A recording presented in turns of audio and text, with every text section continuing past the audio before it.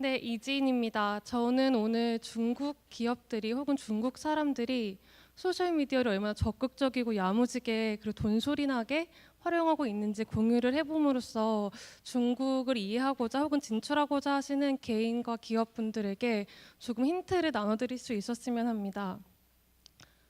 저는 중국 베이징에 본사를 둔 레전드 캐피털 소속 이지인 연구원인데요. 저희는 제가 속한 특히 해외 투자팀은 한국을 포함한 해외 기업들이 중국을 진출하고자 할 때 그들을 찾고 투자하고 또 지원하는 역할을 하고 있습니다. 제가 중국을 모바일 왕국이라고 생각하는 이유는 단순히 중국의 인터넷 인구가 많고 사용 시간이 많아서뿐만 아니라 저는 이들이 실제로 인터넷을 통해 돈을 얼마나 많이 쓰고 있고 또 기업들이 그것을 얼마나 적극적으로 만들어 나가고 있는지인데요. 앞에 분들이 많이 얘기해 주셨는데 중국에서 가장 큰 쇼핑 행사가 11월 11일에 있는 광군제라는 행사인데 이게 지금 작년 2016년 11월 11일의 숫자인데 하루 동안 알리바바라는 한 웹사이트에서 발생한 쇼핑 금액이 20조 원에 해당합니다. 이 금액은 작년 1년 내내 한국에 있는 모든 온라인 거래액의 3분의 1이 단 하루 동안 한 개의 웹사이트에서 발생하였음을 의미하는데요. 특히 저는 80%가 넘는 그 쇼핑하는 사람들이 모바일로 구매를 하였다는 게 되게 재밌는 특성이라고 생각을 했습니다.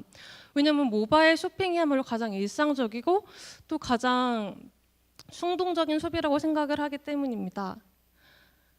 그래서 저는 왜 사람들이 모바일로 소비를 하는가 이제 재밌는 다른 사례 하나를 소개해드리고자 하는데 왕홍이란 단어 들어보셨을 것 같은데 왕홍은 이제 인터넷에서 뜨거운 사람 즉 한국으로 치면 뭐 파워 블로거나 키 오피니언 리더 같은 사람들을 일컫는 말인데요.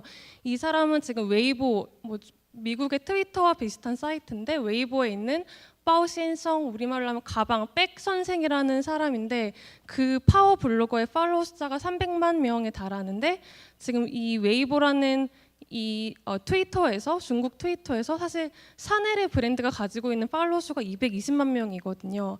중국에서는 영향력이 있는 개인 블로거의 경우 이미 글로벌 브랜드를 압도하는 소비자 지배력을 가지고 있고 근데 그 사람은 프로필을 찾아보니까 92년생 남자라고 하더라고요. 그래서 이 사람이 올해 2월 14일 발렌타인데이에 자기 웨이보 팔로워들한테 너네가 원하는 가방의 가격, 크기, 사이즈, 뭐 색깔, 재질이 뭐냐를 물어봐서 이걸 역으로 지방시라는 브랜드에 가져가서 역제안을 한 거예요. 우리는 이런 가방을 원한다고. 이제 그렇게 만들어진 가방인데 지방시에서도 솔깃했었을 게 지방시의 팔로워 수가 70만 명, 즉 이 빠오신성 아저씨의 이분에 비해서 4분의 1에 미달하는 숫자이고, 그러니까 되게 굉장히 솔깃한 제안이었을 거예요. 그래서 이제 그렇게 만들어진 가방을 그날 당일에 어떻게 판매했냐면 지방시의 위챗, 즉 우리로 치면 카카오톡 브랜드 카카오톡 자기 대화창에 지방시가 이 물건을 올림으로써 준비한 80개의 2억 원어치 가방이 12분 만에 완판이 되었거든요. 전 되게 재밌는 게 이렇게 큰 소비 행사가 웨이보와 위챗이라는 단 두 개의 소셜 미디어에서 모든 게 시작되고 끝났다는 게 되게 재미있는 포인트라고 생각을 합니다. 그래서 저는 오늘 이 웨이보와 위챗에 대해 간략하게 소개를 드리고자 하는데요. 저는 이런 소셜 미디어의 인구를 기반으로 이 사람들의 돈다발을 바꾸는 중국의 힘은 어디에 있는가를 소개해드리고자 합니다. 간략하게 중국의 인터넷에 대해 살펴보면 중국의 인터넷 보급률은 53%가량으로 그렇게 높진 않은데 이미 7억 3천만 명의 사람들이 사용하고 있고 2위 인도 4억 6천만, 3위 미국 2억 8천만을 3위 미국을 이미 크게 압도하고 있는 숫자입니다. 이를 배경으로 첫 번째 차트 보시면 한국의 카톡에 비교할 수 있는 위챗의 경우 이미 9억 4천에 달하는 액티브 유저를 보유하고 있고요. 이는 카톡의 20배, 라인 해외 진출에 더 적극적인 라인의 가장 높은 뭐 일본을 포함한 4개 해외 국가 유저의 이미 4배 이상의 숫자에 해당합니다. 웨이보의 경우도 이미 그 원조였던 트위터의 유저 수를 올해 1분기에 따라잡았고요. 세 번째 차트 보시면 이미 중국 사람들이 전통 미디어, TV, 라디오, 신문, 잡지에서 보내는 시간보다 PC와 모바일에서 보내는 시간이 더 많아졌습니다. 왜 이렇게 중국 사람들은 소셜미디어와 인터넷에 목숨을 거는가? 저는 이게 우연은 아니라고 생각하거든요. 첫 번째로는 그 7억 3천만 명의 인터넷 인구를 대상으로 한 중국 정부의 작년 발표에 따르면 10%의 사람이 대학 교육을 받은 사람이 10%라고 해요. 5천 위엔 한국 돈으로 약 90만 원에 해당하는 월급인데 5천 위엔을 넘는 월급을 받은 사람이 약 20%에 불과하다고 합니다. 즉 저는 이렇게 다양한 교육 수준과 소득 수준을 가진 사람들이 쉽고 빠르고 싸게 여유 시간을 보낼 수 있는 유일한 채널은 모바일이라고 생각을 하고, 또 반대로 여러분이 중국을 가실 때 중국 전체 인구를 접근할 수 있는 유일한 방법이 모바일이라고 저는 생각합니다. 특히 중국은 TV와 라디오, 신문 등과 같은 전통 미디어를 정부가 규제하고 감독하고 있기 때문에 콘텐츠력이 당연히 인터넷에 비해 약할 수밖에 없고요.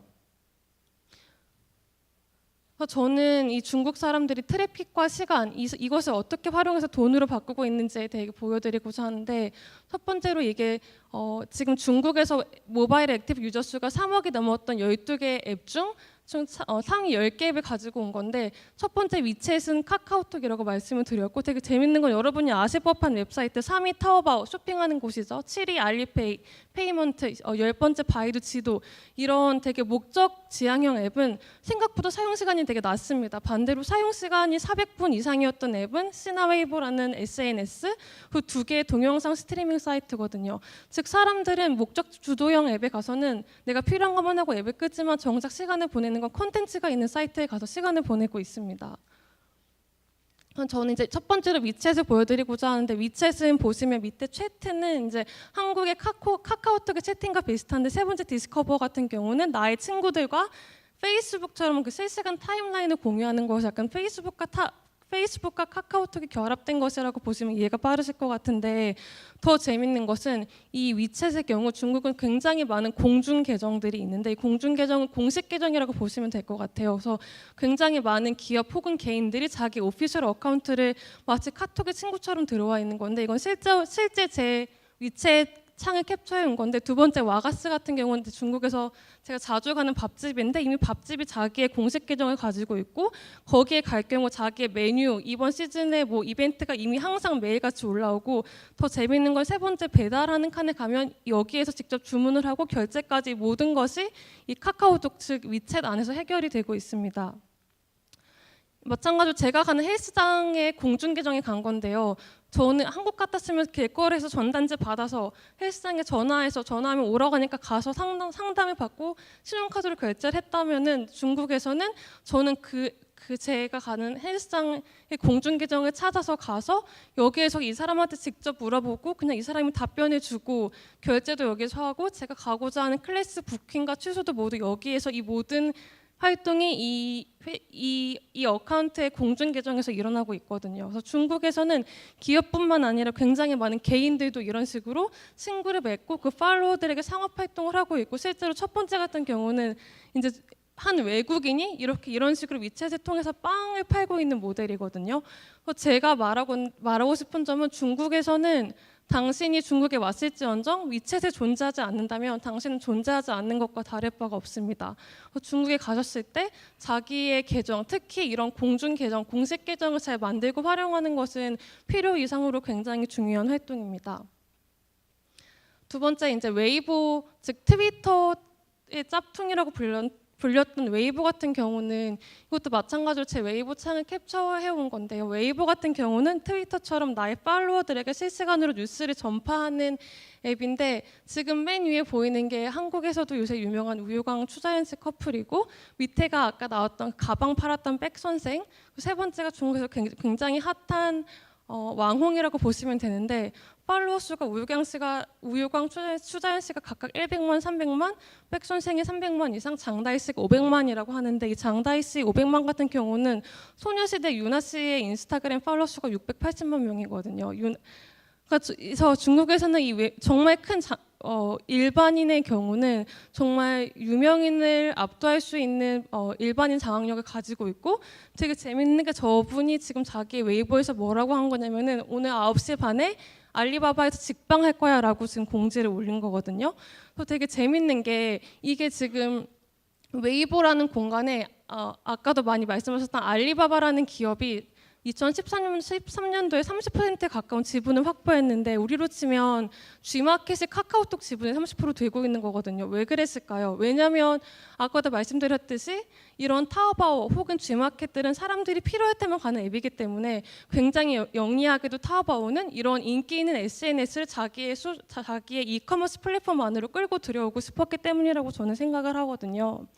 실제로 저분은 자신의 팬들을 기반으로 이 사람들을 알리바바라는 쇼핑몰로 데리고 가서 여기서 실제로 직방을 하고 있는 장면인데 물건을 판매하면서 지금 누가 구입하고 있는지, 누가 얼마를 쓰고 있는지, 그리고 이 진행하는 왕홍에게 얼마만큼의 스티커를 보내고 있는지가 실시간으로 생중계되고 있습니다. 더 재미있는 것은 그 방금 말씀드린 그 왕홍의 경우에는 루한이라는 기획사에 소속이 되어 있는데요. 마치 한국의 연예인 기획사처럼 이 기획사는 이런 100명에 가까운 왕홍들을 가지고 있고 이 왕홍들을 육성할 뿐만 아니라 그들에게 컨텐츠를 가르치고 방송하는 것을 돕고 이들이 잘 될 경우 타오바오에 가서 옷을 판매할 경우 그 옷을 직접 생산하고 관리하는 역할까지 하고 있습니다. 이 기업은 저희 회사가 2015년에 투자했고 작년에 알리바바에 투자를 받아서 현재 상장이 되어 있는 기업이고요. 저는 중국에서는 단순히 개인 왕홍, 개인의 끼로 끝나는 것이 아니라 정말 많은 기술과 자본이 이 사람들에게 덧붙여지고 있고 또 이들의 소셜미디어라는 생태계가 감싸안고 있다고 생각합니다. 제가 느끼는 포인트를 3가지로 정리하면 이건 것 같아요. 첫 번째로는 중국에 가면은 브랜드든 개인이든 개인 브랜드든 기업 브랜드이든 나를 접할 수 있는 포인트가 너무나 다양해지고 있는 것 같아요. 한국에서는 온라인의 웹사이트, 오프라인의 가게를 만들었다면 웬만큼 해결이 되었다면은 중국에서는 소셜미디어가 너무 심하게 발전하고 있고 또 굉장히 많은 힘을 가진 개인 왕홍들이 등장하면서 나라는 브랜드를 접하게 만들 수 있는 지점이 굉장히 다양해지고 있다고 생각을 하고요. 두 번째로는 저는 이거는 개인들에겐 굉장히 큰 기회라고 생각을 해요. 왜냐하면 지금 방금 말씀드린 두 SNS의 중국 이름이 다 웨이보와 웨이신 다 웨이가 들어가는데 이 웨이가 영어로는 마이크로 작은을 의미하거든요. 근데 저는 이거야말로 작은 개인들이 힘을 가지고 있는 모델이라고 생각을 하고 굉장히 많은 개인들이 광고를 할 수 있고 자기 기업 활동을 할 수 있음을 의미하지만 또 반대로 기업의 입장에서는 나에 대해서 나보다 더 큰 목소리를 낼 수 있는 개인들이 등장을 하고 있는 거고 이들이 굉장히 잘 컨트롤하고 이용하는 게 굉장히 중국 진출 시 중요한 포인트가 될 거라고 생각을 합니다. 그 반대로 이들을 내가 하지 않는다면 나의 경쟁자는 이들을 활용하고 있을 것입니다. 마지막으로는 3번째 포인트는 보셨듯이 SNS에 페이먼트 기능이 다 탑재가 되고 있고 또 여기 커머스까지 들어오면서 중국에서는 필연적으로 소셜 SNS를 기반으로 해서 모든 쇼핑 행태가 다 이 생태계 안으로 들어오고 있고 따라서 중국을 진출하시는 것을 고려하실 때 무조건 이 생태계를 고려하시는 게 생각보다 굉장히 중요한 중국의 특수성인 것 같습니다. 저는 마지막으로는 그럼 중국에서 광고 활동을 어떻게 하는가, SNS 광고라는 게 무엇인가에 대해 맛보기를 드리고자 하는데 지금 이 소셜터치 같은 경우는 마찬가지로 저희 회사가 2011년도에 만들어졌고 저희 회사가 투자한 이런 SNS 광고에 특화된 광고 업체인데 굉장히 재미있는 거는 광고를 할 때 단순히 100명, 1000명 찾아가서 서베이를 하고 2달 동안 서베이를 한 결과에 2달 동안 분석해서 TV 광고를 만들어서 3달 동안 뿌리는 그런 기존의 모델이 아니라 웨이보와 미챗은 모두 오픈 API이기 때문에 가면 내 유저에 대한 데이터를 모두 확보할 수 있거든요. 예를 들어 내가 도시에 사는 30대에 일을 하는 애기 엄마가 내 브랜드의 타겟이다. 하지만 웨이보에 갔더니 내 팔로워들은 30대 여자가 아니거나 40대 남자일 수도 있는 거고 10대 여성일 수도 있는 거고 도시 인구가 아닐 수도 있다는 것을 이미 사전에 파악을 하고 광고를 할 수 있기 때문에 굉장히 타겟화된 광고를 진행하고 있고요. 마찬가지로 광고를 했을 때 어떤 왕홍을 썼을 때 당장 나의 팔로워 수가 늘어나는지, 어떤 비디오를 보냈을 때 혹은 텍스트를 보냈을 때 어떤 컨텐츠를 보내야 나의 광고를 쉐어하고 이것이 구매로 이어지는지에 대해서 실시간으로 자료를 받아볼 수 있기 때문에 중국에서는 굉장히 타겟화된 SNS 광고가 많이 사용되고 있고, 한 가지 예를 중국에서 성공적으로 진출한 메이딜이라는 브랜드를 통해 전해드리고 싶은데, 아시다시피 메이딜은 한국에서도 굉장히 유명했던 마스크팩 업체이고 2015년 저희 회사의 투자를 통해 중국으로 함께 진출을 하였습니다. 그래서 이 브랜드는 이미 중국 진출 이전에 많은 사용자들이 중국인들이 한국의 마스크팩을 쓰고 중국 SNS에 올렸다는 걸 알았기 때문에 사전에 이미 중국에서 SNS 활동에 대해 잘 알고 있었던 회사에서 굉장히 적극적으로 SNS 마케팅을 하였고 보시다시피 실시간 1대1 질의응답부터 해서 왕홍을 통한 마케팅, 버즈 형성을 굉장히 적극적으로 실행하였고 예컨대 이제 명동에서 첫 번째 플래그십 스토어를 만들었을 때 미스 A 모델분이 와서 사인회를 했는데 사인회로 끝나는 게 아니고 사인회를 한다는 것을 미스 A의 웨이보 어카운트를 통해 이미 사전 공지를 하고 그 사인회 전 실시간 중계를 또 동영상 앱을 통해서 그 실시간 중계를 하고 있었거든요. 이런 식으로 굉장히 액티브한 소셜미디어 채널 관리를 통해서 반년 후에 이 회사의 웨이보와 위챗 어카운트는 50배 이상 증가하였고 보시다시피 이 회사는 아까 말씀드린 2015년, 16년 광군제 행사에서 두 회 모두 그 알리바바의 마스크팩 부분에서 1위를 차지하였고 중국 진출 전에 매출 500만 불에서 작년 연매출 3,500만 불까지 3,500만 불까지 성장하는 매우 큰 중국을 대표하는 브랜드로 성장을 하였습니다.